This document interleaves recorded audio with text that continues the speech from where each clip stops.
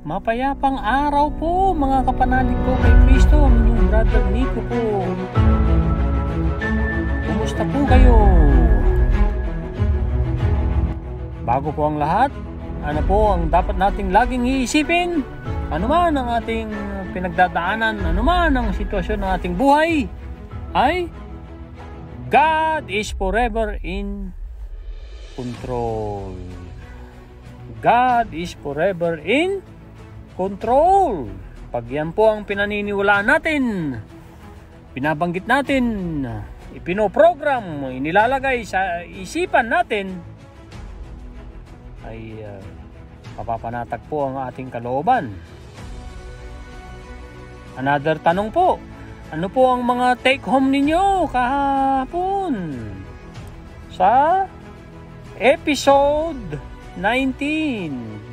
Binalik ko ang sense ng iyong direksyon. Nagkakaroon na po ba tayo ng mga panahong at anong ginagawa natin sa panahong lumalapis tayo sa pag-iisip? At anong dapat natin gawin? Ay laging pumunta kay Lord Jesus, makipagdiig kay Lord Jesus, at pinapayuhan tayo na tayo ay bumuntong hininga sa Kanya. Deep breath, inhale, exhale, na sinasabing, Lord Jesus, I need you. Yan yung mga ganyang salita ay talagang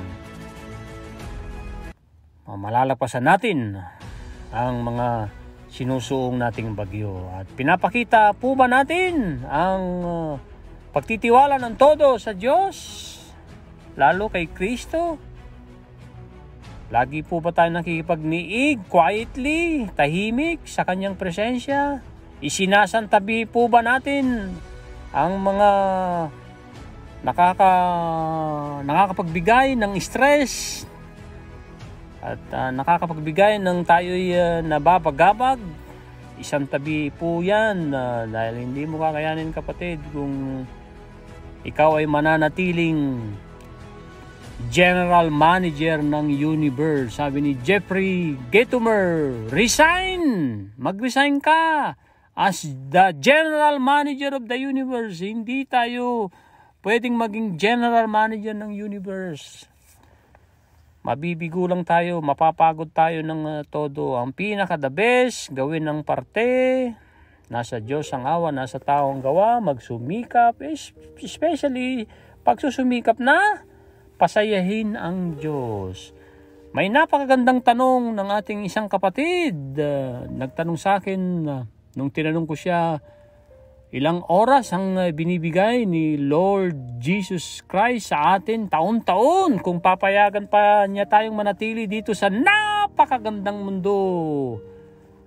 Sabi niya, na-figure out ko, brother, 366 kasama ang leap year times 24 hours equals 8,784, sabi niya.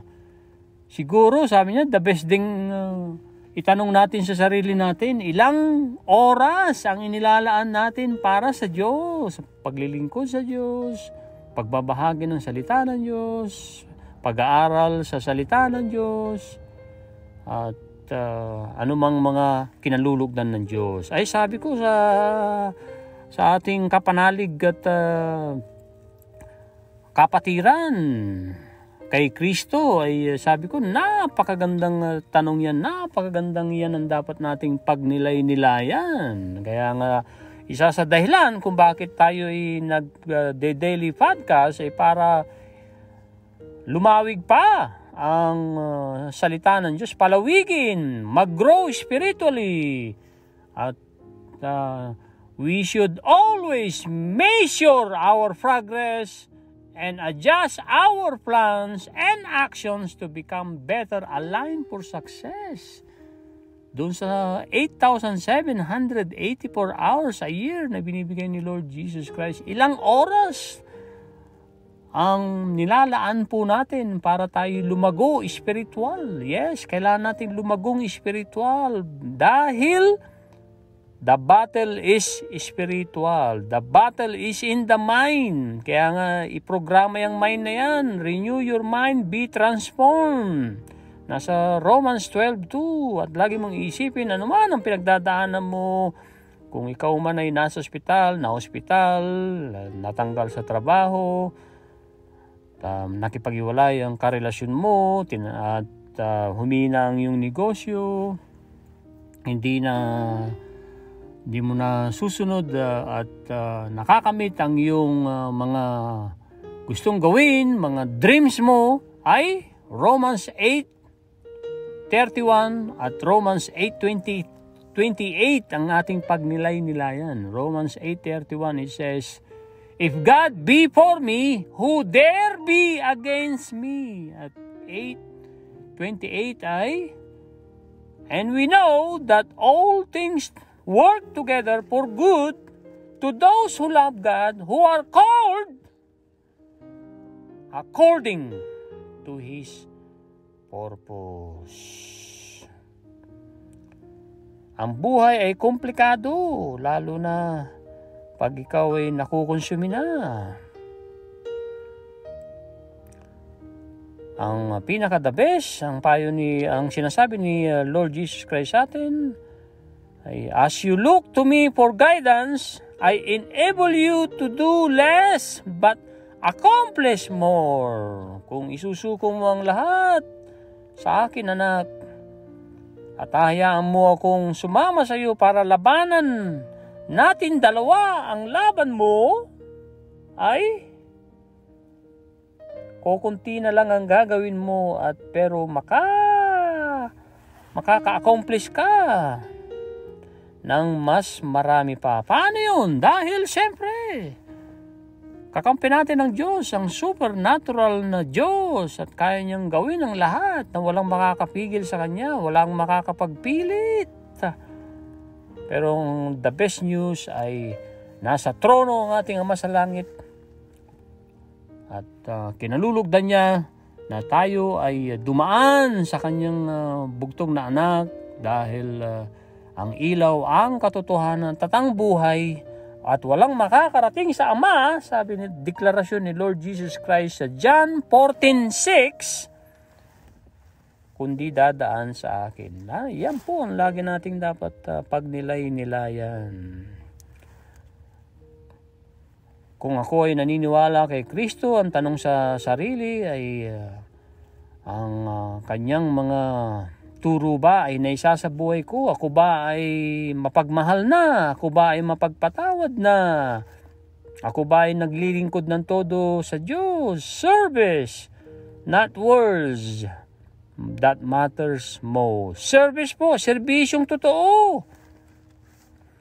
At tayo dapat ay nag-i-strive, nagsisikap na pumunta sa extra mile. Sabi ni John C. Maxwell, the best pumunta sa next mile dahil walang traffic doon. Dito sa first mile ay punong-puno ng tao, nagagawan ng oportunidad, kaya matraffic. Pero doon sa next mile, which is Jesusness, kung i-convert po natin yan, which is humility, empathetic, kind, generous, humble, mapagpatawad, mahabagin, ay talagang sa'yo na mismo ang pupunta ang oportunidad. Ikaw ay gagaling kung mayroon kang sakit dahil talagang pagpapatawad. Ang pagpapatawad, sabi ni Pastor Ed Lapis, ay nagbubukas ang gloria ng langit para sa iyo pag ikaw ay nagpatawad.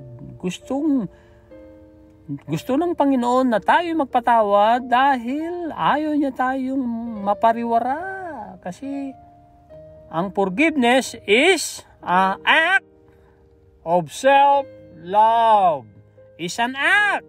Is an action. Napakagandang pagkilos na ikinalulugdan ng Diyos at nakakabuti din sa atin. Dasalin na po kaagad natin ng Holy Spirit bago natin simulan ang episode 20. Kaya nga matindi akong nagagalak sa iyo at nagdidiwang over you with singing. Taglis po para manuot ng todo-todo sa ating isipan. Taas po ang mga kamay at ipikit po ang mga mata.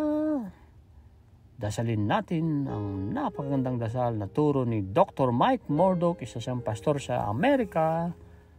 2017 ko ito nakuha, sinulat, memorize, dinadasal araw-araw sa tulong ng Panginoon, para sa glory ng Panginoon, sa ayuda ng ating Holy Spirit. Ito na po. Holy Spirit, I accept your invitation to love your words, to embrace your words, and to walk in total obedience to your words. In Jesus' name, Amen. Sabay palakpak. Salamat po, Banal na Espiritu. Talagang kailangan ka namin. Hindi namin kakayanin ang laban kung wala po kayo, Banal na Espiritu. Tulungan nyo kaming mag-isip. Tulungan nyo kaming kontrolin ang aming emosyon. Tulungan nyo kaming i-practice ang dichotomy of control, which is control the controllable. At tulungan mo kami, Holy Spirit, na manatili ang fruit of the Spirit, which is love, joy, peace, patience, kindness, faithfulness, gentleness, generosity, and self-control.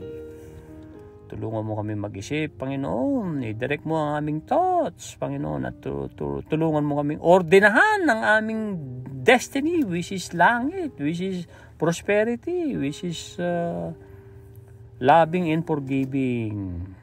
Amen? Nasa Genesis chapter 16, verse 7 to 14.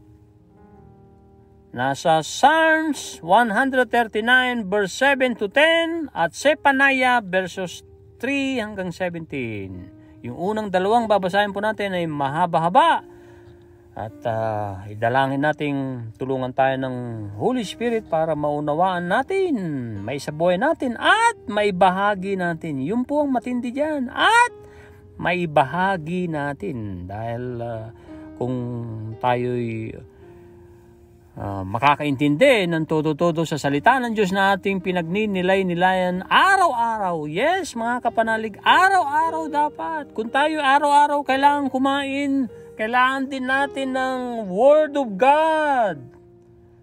Hindi po tayo makakasurvive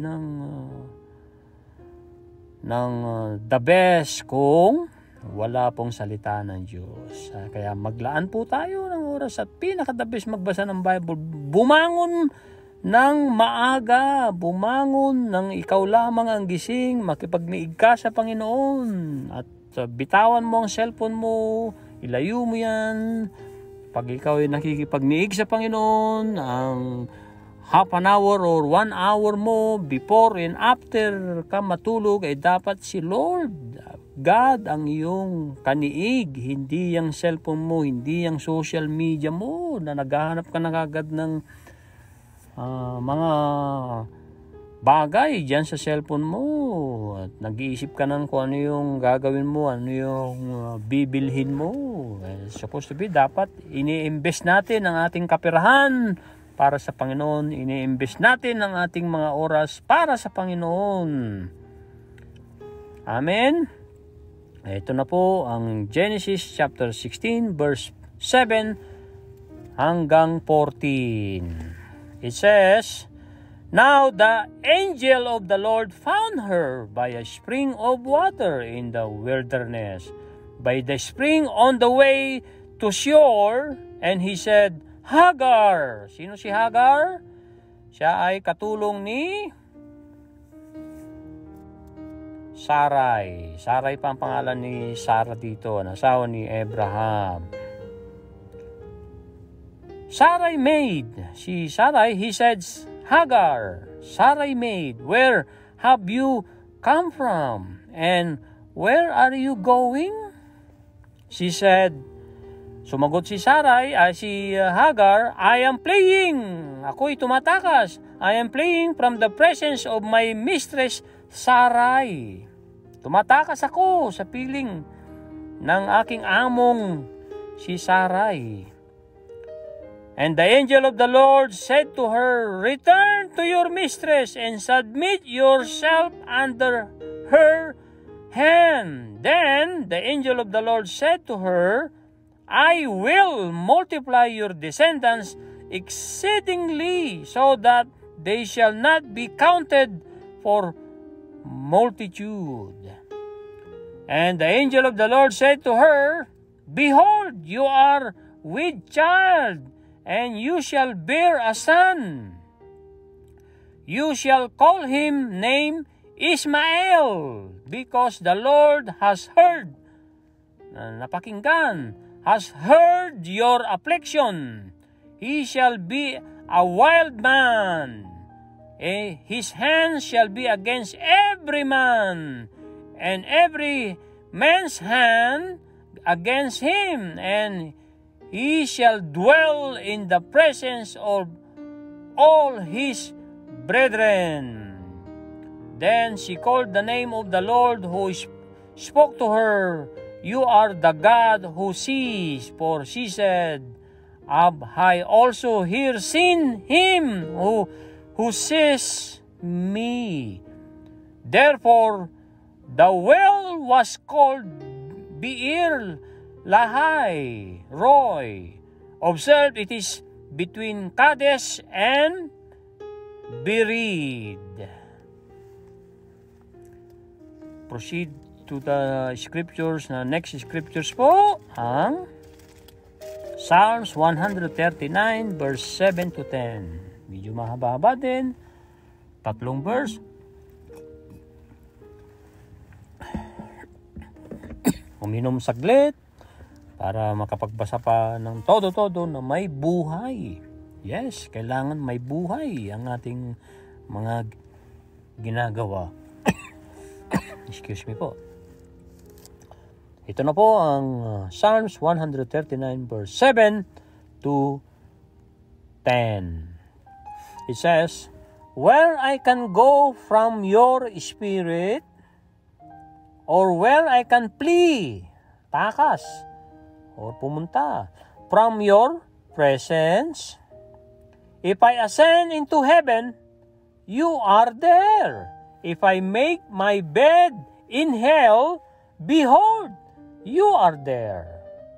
If I take the wings of the morning and dwell in the uttermost parts of the sea, even there your hand shall lead me, and your right hand shall hold me.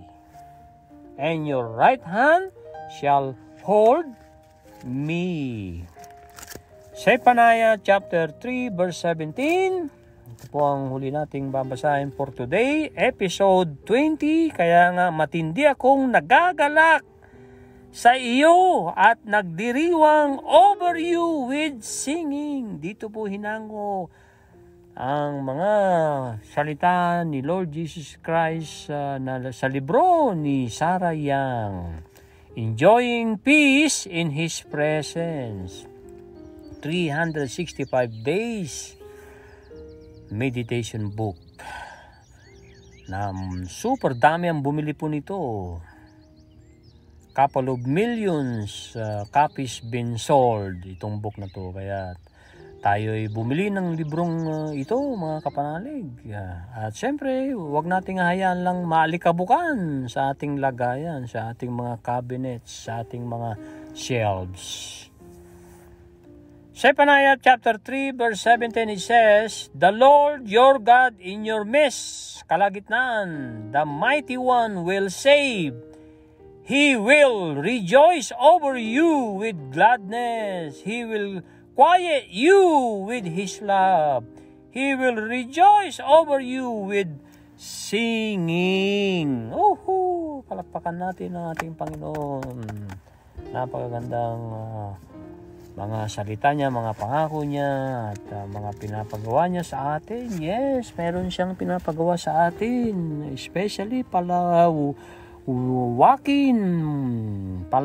natin ang mga salita ng Diyos at ibalita ang napagandang balitang buhay na buhay ang ating Panginoong Hesus. Nasabihin natin, kaya tayo nandito pang mga sangkatauhan dito sa daigdig na nilikha ng Panginoon dahil kay Kristo namatay siya sa krus para sa ating mga kasalanan. Alam na natin lahat yan, pero madalas nalilimutan natin. Madalas mas pinapalaki pa natin ang ating mga problema. Lumiliit tuloy ang Diyos.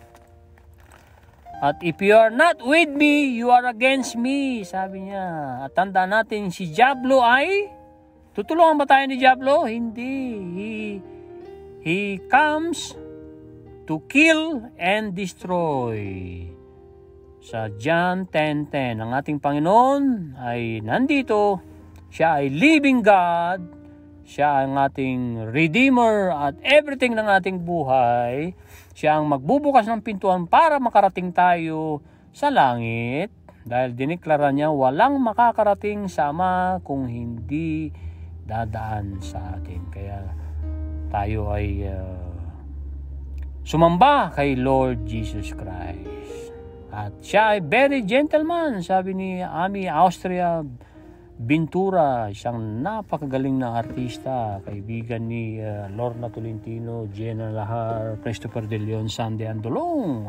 What a transformation! Panoorin niyo po ang kanyang mga napagandang YouTube. Sabi niya, si Lord Jesus Christ ay very gentleman, hindi ito namimilit kahit binigyan kanya ng free will.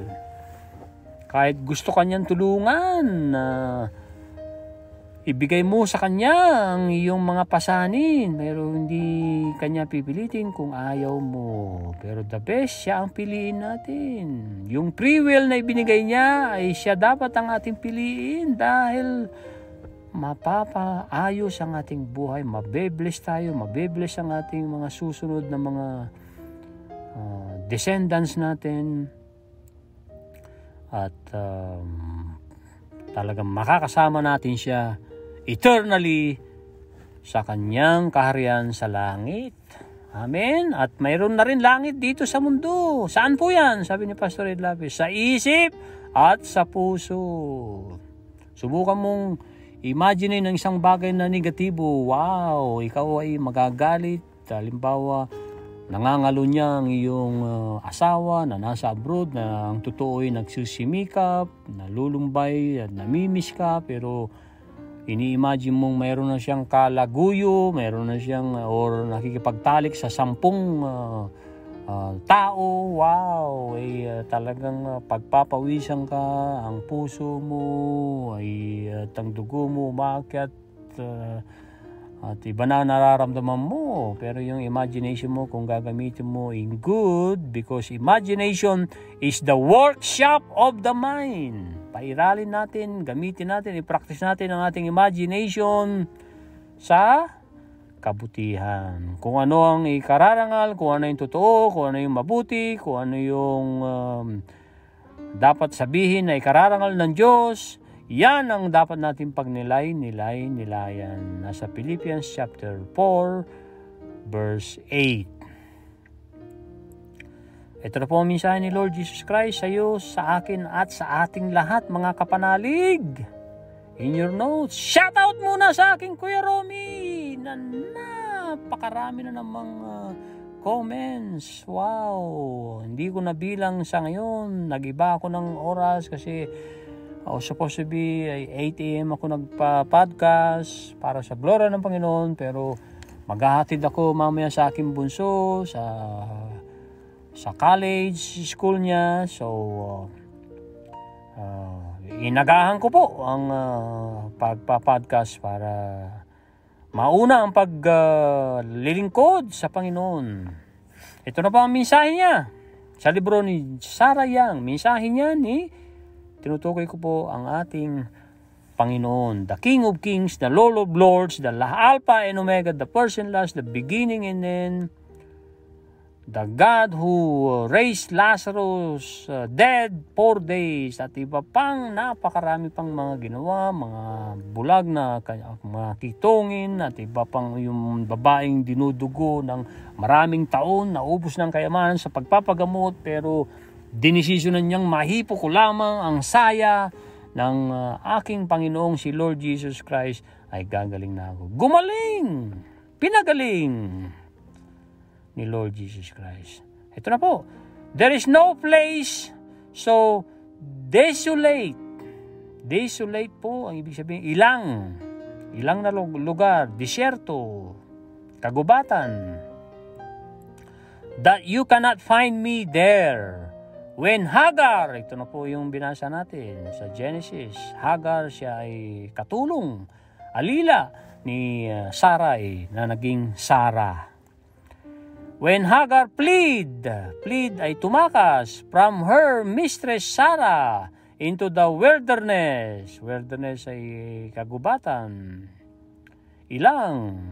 She thought she was utterly lubos. Ang utterly ay lubos. She was utterly alone and forsaken. Tinalikdan ang forsaken. But Hagar encountered me in the desolate place. There she addressed me. But past tense ay ipinahayag niya sa akin. She addressed me as the living one who sees me. Through the encounter with my presence, she gained courage, tapang, to return to her mistress, amo. No set of circumstances, mga pangyayari, ang circumstances, mga pangyayari sa ating buhay, could ever isolate you. Isolate ay ihiwalay, hiniwalay, maghihiwalay, or hiniwalay po. Iba po yung wording pong maghiwalay. Sorry po. No set of circumstances could ever isolate you from my loving presence. Not only do I see you always, I see you as the redeemed saint. Redeemed ay natubos. Siyempre, saint ay santo.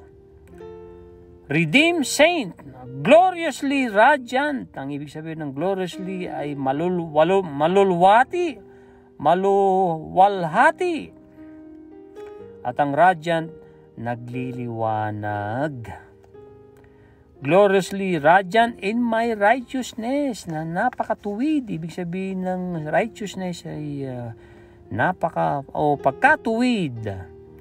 That's why I take great delight. Delight is galak in you and rejoice. Nagdidiwang over you with singing. Napakagandang mensahe ng ating Panginoong Hesus sa iyo, sa atin lahat mga kapatid.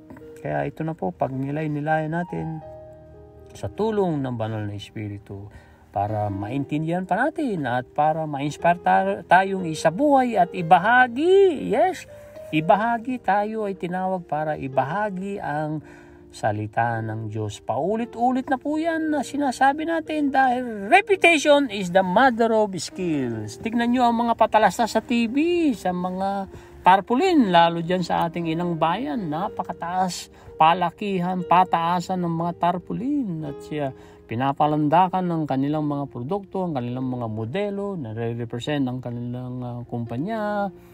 At para ipakita sa atin, saan man tayo, nagdadrive tayo, at nasa bahay na tayo nagpapahinga, may patalastas sa TV, ganito, ganoon. Dahil repetition is the mother of skills. Para daw matandaan natin sila. Kahit yung Coca-Cola na napakasikat na, pero makikita mo kung saan-saan ang mga advertisement sa Coca-Cola. At gumagastos ng napakalaking salapi ang mga kumpanya para i-advertise ang kanilang mga produkto, ang kanilang kumpanya. walang lugar na ilang ang hindi mo ang walang ilang na lugar na hindi mo ako makikita, na hindi mo ako makakasama. Noong si Hagar ay tumakas sa kanyang amo na si Sarah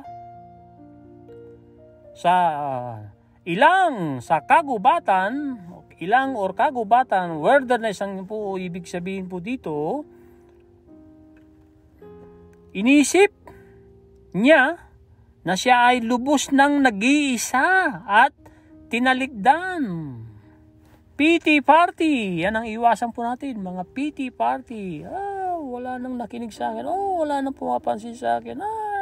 Kawawa na ako. PT party. At mag-iimbita ka ng mga iba mong mga katulad na para magkaroon kayo ng PT party. Sige, PT party. At PT party more ang mangyayari sa buhay natin pag tayo ay naawa sa ating sarili at tingin natin kinakawawa na tayo ng tao. Maging si Prophet Elijah ay sinikap niyang nagsabi siyang, Lord, patayin mo na ako. Hindi ko na kaya ito. Nag-overacting po si Prophet Elijah dahil nga siya ay nagutom, dahil siya ay pagod. Pagkatapos ng laban niya sa mga 400 na false prophet ni Balaam. Dahil nga ito ay napagod. So, pag tayo napapagod, tayo ay nakukonsumi. So, kailangan lang nating baguhin ang ating body chemistry, uminom, kumain ng something good, something na healthy. Mag-exercise dahil kung maka-Diyos tayo dapat ay nag-i-exercise. Diba? Tanda natin ang kanta ni the late Willie Rebillame. Diba? At mga iba pang mga kanta na about exercise. Yoyoy Villame po pala, hindi si Willie Rebillame. Although maganda rin ang mga kanta ni Willie Rebillame, pero si Yoyoy Villame, mag-exercise tayo tuwing umaga. So bakit tayo iniinganyo sa umaga tayo mag-exercise? Dahil na-stimulate ang ating brain at para tayo ay lumakas pa ng todo-todo. Although pwede rin niyang exercise sa ibang oras, pero the best po talaga sa umaga. The best sa umaga. Proven na po yan. Kaya hanggat maaari, isingit po natin ang 5 minutes exercise. Ang mga hapon, kung hindi ka nag-exercise sa iyong bahay bago magtrabaho, 5 minutes before time, nag-exercise sa mga hapon. Bakit kaya? Dahil naniniwala sila. Health is wealth, di po ba? Pero nung si Hagar ay nakatagpo ako sa isang ilang na lugar, and then ibinigay niya, sinuko niya sa akin ang mga pasanin niya na ako ang Diyos na nag-iisa, ako ang Diyos na buhay, ay through that encounter, sa pamamagitan ng ganyang pakikipagniig ay nakasama ako ni Hagar na may presensya, ng aking presensya.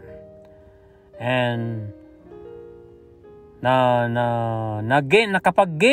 nakakuha ng tapang para bumalik si Hagar sa kanyang mistress na si Sarah. Walang mga pangyayari sa iyong buhay na ihiwalay sa akin, anak, sa aking mapagmahal na presensya. Hindi lang kita nakikita ng isang beses. Always, lagi kitang nakikita, anak. At nakikita kitang ikaw ay natubos natubos na santo, na maluwalhating nagliliwanag, maluwalhati at nagliliwanag sa iyo, anak. And I rejoice, ako'y nagdiriwang over you with singing. Ako'y nagdiriwang dahil mahal na mahal kita, anak. Kung gusto ko lamang sa iyo, sabi ni Lord Jesus Christ sa mensahe na yan, ay ikaw ay magtagumpay, ikaw ay makarating sa aking kaharian. At gusto kong isabuhay mo ang mga turo ko ng pagmamahalan, ng pagpapatawad, na ikaw ay empathetic, ikaw ay giver, hindi lang basta giver, ikaw ay cheerful giver. Nung merong isang merchant na may nakasabit sa kanyang sa England, nakasabit sa kanyang wall na anghel, kinakausap yung merchant ay yung negosyante sa isang blacksmith. Ano? Sabi nung merchant, magbibigay na naman ako? Hindi natapos-tapos akong magbigay sa iyo, sa Diyos? Sabi ng anghel, yes. Eh bakit? Sabi ng merchant, sabi ng negosyante, dahil hindi tumitigil din sa iyo ang Panginoong ikaw ay bigyan. Kaya dapat hindi ka rin tumigil na magbigay. Cycle po ang buhay ng giving and receiving. Subukan mong tiklupin, ilagay yung bagay or salapi na nakatiklop ang iyong kamao. And then, abutan mo ng isa pa dun sa isa mong kamay. Kung halimbawa kanan, itiniklop mo, yung hinawakan mo isang bagay na mahalaga sa yung tinuturing mong mahalaga yun. Halimbawa pera or material na bagay. And then yung kaliwa mo, iabot mo dun sa nakatiklop mong kamao, wala nang makukuha. Hindi na makakatanggap. Kaya dapat ay mag-give tayo. Pagtatanim ng napaka-the best ang pagbibigay ng galing sa puso. Transpiration, i-define ni Pastor Ed Lapis. Ano po ang transpiration? Against po sa gravity. Dahil ang gravity pababa, ang transpiration ay pahigop. Parang inilagay mong straw sa iyong inumin, halimbawa botelya ng soft drinks mo, pero hindi dapat tayo uminom ng soft drinks lagi. Makakasama po yan, tubig, sabi ni Dr. William. Pag hinigop mo, ginamitan mo ng straw, yun po ay transpiration. Obserbahan nyo ang pag-ulan o pag diniligan mo ang iyong halaman. So pag-ulan, napunta yung tubig sa lupa, sa ugat ng puno ng halamang diniligan mo. Transpiration meaning yung tubig na nandun na sa lupa, napunta sa ugat ay aakyat sa puno, aakyat sa mga sanga at papunta sa lahat ng mga dahon. Kaya kung papansinin mo, wika ni Pastor Ed Lapis, hindi lang malilim yung puno na yan, kundi parang may angging tubig. Hindi mo lang masyadong mapupuna, kundi mo talaga susuriing mabuti. Kasi bakit? Dahil ayaw din ng mga dahon na suluhin nila, na pigilan na nila yung tubig. Akin na tong tubig, akin na to. Ay, hindi, ibababa nila yung sobras, pababa sa lupa at magsacycle, and then para makaikot uli sa ugat at maka-akyat uli sa puno, sa mga sanga, pabalik sa kanila, sa kanilang mga dahon. Yan po ay transpiration. Ganyan po kagaling ang ating Panginoong Ama sa Langit. So, obserbahan po natin ang Mother Nature. Kaya nagtagumpay ng todo-todo si Henry Ford. Sino po si Henry Ford? Siya po ang founder ng sasakyang Ford cars, Ford vehicles. Lumaki po ng todo yan. Nagsimula lang nung 1908. At yan ang naging inspirasyon ni Mr. Honda Nalimutan ko yung first name ni Mr. Honda nung nakita niyang bago magkagera noon, batang-bata pa siya na mayroong umuugong na isang bagay nung una niyang makita. Yung pala, sasakyan ni Mr. Paul. Na-inspire! At gumawa din ng sarili niyang car eventually. Pero ang ganda ng lowly beginnings din ni Mr. Honda. Kaya, obserba natin ang Mother Nature, kung paano nagwo-work, how the Mother Nature works. At ang Mother Nature, sabi ni Napoleon Hill, the best na accountant. Alam na Mother Nature na kung tayo ay umabuso, hindi tayo natulog, nagtrabaho tayo ng todo-todo, sasabihin sa iyo kung labis na, sasabihin sa iyo ng Mother Nature, teka muna. Sumobra ka ng withdraw, nagtrabaho ka ng todo-todo, hindi ka natulog ng 8 hours a night. Ipapadala muna kita sa ospital para ikaw ay makarecover. Ngayon kung di mo na kaya, ang Mother Nature, pag hindi na raw natin kaya ang sakit ng ating nadarama, napaka bait pa rin ng Mother Nature na nilikha ng Panginoon. Sasabihin sa iyo ng Mother Nature, okay, so dahil yung sakit na yan ay lubos-lubos na sa iyo, ayaw kitang mahirapan, ibabalik na kita sa lupa para magkaroon ka ng kapayapaan na hindi ka na makaramdam ng sakit. So, pag nilay-nilayan natin ang Mother Nature at obserbahan natin, pakinggan natin ang mangangaral na Book of Ecclesiastes, nasa YouTube Tagalog. Napakaganda, nanunuot ng todo-todo. Pag lagi mong pinakikinggan at makinig kay King Solomon dahil sa pagsasaliksik niya ng mga kadunungan, at nung siya ay matanda na, tinipon niya lahat ang mga proverbs nila at pinagnilay-nilayan, and then isinulat niya dyan sa The Book of Ecclesiastes sa Lumang Tipan, sa Tagalog, mangangaral. Ang kawikaan din na sinulat niya ay the best din. Ang hamon ni John C. Maxwell, mga kapanalig. Kung gusto mo ng lumago ng todo-todo, tumalino ka na may dunong na galing sa Panginoon, kawikaan, Proverbs, ang basahin mo, 1 chapter a day. Dahil 31 chapters po yan. Kaya, good yan sa 31 days. Kung halimbawa 30 days lang po ang buwan, ang month of halimbawa June ay 30, doon ka sa chapter 30, and then idamay mo na rin yung chapter 31 para pagbalik ng 1 ay chapter halimbawa 1 ay chapter 1 ka na uli babalik. At dapat araw-araw, ang mungkahin ni John C. Maxwell, araw-araw. At sinisiguro niya, sabi niya, dudunong ka, gagaling ang iyong buhay. At magiging mas matalino ka. At magwawagi ka, lalong-lalo na pag sinasabuhay mo, hinihingi mo ang tulong ng banal na Espiritu, sinesurrender mo sa banal na Espiritu.